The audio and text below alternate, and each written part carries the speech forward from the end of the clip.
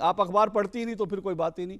पर आपने अखबार नहीं पढ़ा वो तो मुझे समझ में आता है, पर 2013 नहीं पढ़ा, 2013 में कांग्रेस ने जो सुप्रीम कोर्ट में हलफनामा दिया था वो भी आपने नहीं पढ़ा। ये मुझे थोड़ी सी हैरानी हुई, क्योंकि 2013 में सुप्रीम कोर्ट में जो हलफनामा दिया था यूपीए सरकार ने, कांग्रेस जिसका नेतृत्व कर रही थी, उसमें शहरी नक्सली शब्द इस्तेमाल किया गया पहली बार।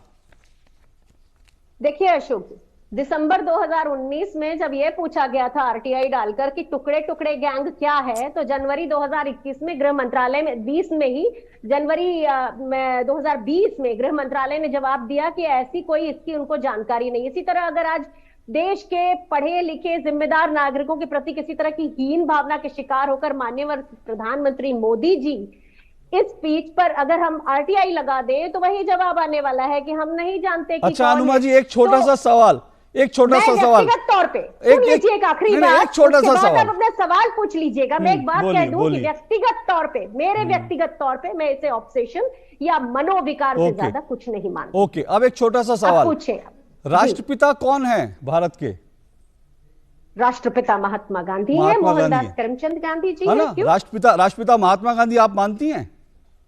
मैं तो मानती हूँ, आप शायद नहीं मानते। नहीं, मैं तो मेरी छोड़ दीजिए, मैं तो आपसे पूछ रहा हूं क्योंकि आप आरटीआई लगाइएगा।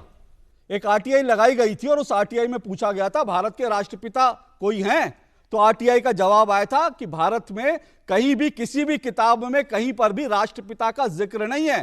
तो राष्ट्रपिता आपकी हमारी मान्यता है, हम उनको राष्ट्रपिता मानते हैं, इसलिए राष्ट्रपिता कहते हैं। किसी आरटीआई में अरे सुन लीजिए ना, किसी आरटीआई में किसी सरकारी दस्तावेज में आरटीआई का राष्ट्रपिता का जिक्र नहीं है। थोड़ा ये भी पढ़ लीजिएगा, अखबार में ये भी छपा था, वो शायद 3 साल से आपने अखबार, लेकिन मेरी जानकारी के अनुसार ये राष्ट्रपिता वाली आरटीआई 3 साल से नहीं, ये करीब 5 साल पहले लगी थी, तब तो आप अखबार पढ़ती थी, तब उसका जिक्र था अनुमा जी।